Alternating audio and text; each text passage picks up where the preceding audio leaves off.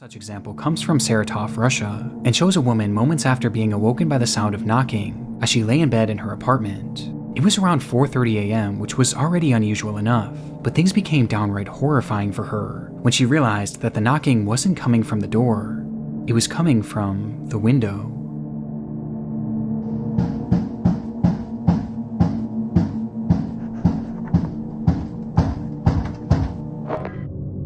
Outside of her window was a man, banging his head against the glass over and over again. And equally as disturbing, this woman's unit wasn't on the first floor. She was 2 stories up, and she didn't have a balcony.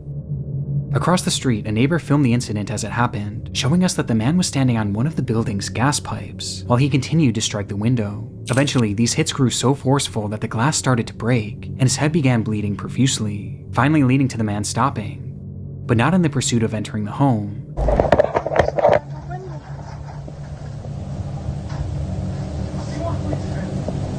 Еще? У него пена изо рта. Слушай, это у дурачка пена изо рта, у него бешенство или что? Ну, бля, попей мочи, иди отсюда уже. As he instead climbed to a different window where he attempted to peel it open with his fingers. But by this point, police had already arrived on the scene, and eventually the man would be forced down and placed under arrest.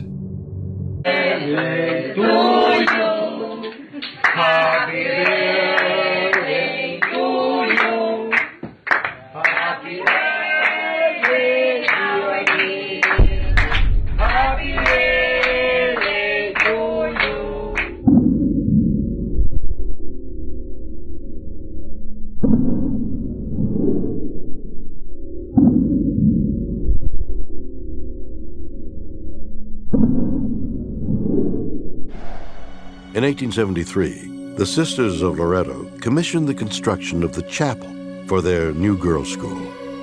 Officially consecrated 5 years later, the Loretto Chapel is a triumph of Gothic revival design. With its high spires, soaring buttresses, and enormous stained glass windows.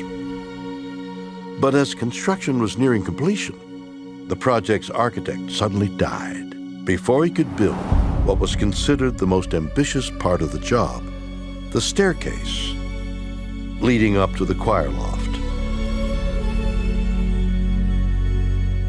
The mystery of the staircase actually begins with this mysterious carpenter.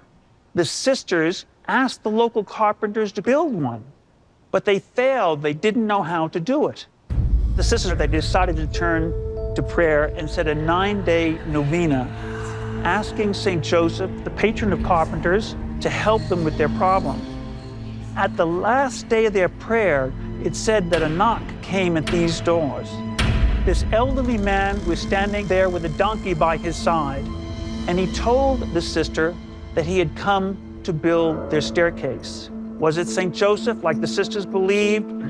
Some pious people think it was an angel, but he was very reclusive and insisted upon working inside this chapel by himself, never allowing anyone to see him work on the staircase.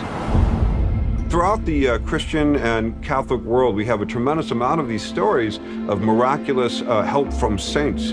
And this is a part of the Catholic belief system. You can pray to saints, and they're supposed to try to help.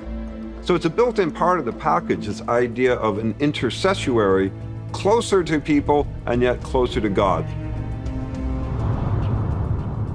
After 3 months, the sisters came into the chapel and the man was gone. And when they could not find him to even pay him for his labor, they went to the only lumberyard in town and asked them how much they owed for the materials. And the lumberyard told the sisters that the man never got any materials from them at all. So what material is this staircase made of? I gave a core sample of the wood from the inner stringer to a U.S. naval scientist, and he determined right away that it was a form of Picea spruce. Is this form of spruce local to Santa Fe? The wood in this staircase did not match up with any other Picea spruce known to science. This wood does not match up with any other quite like it on Earth.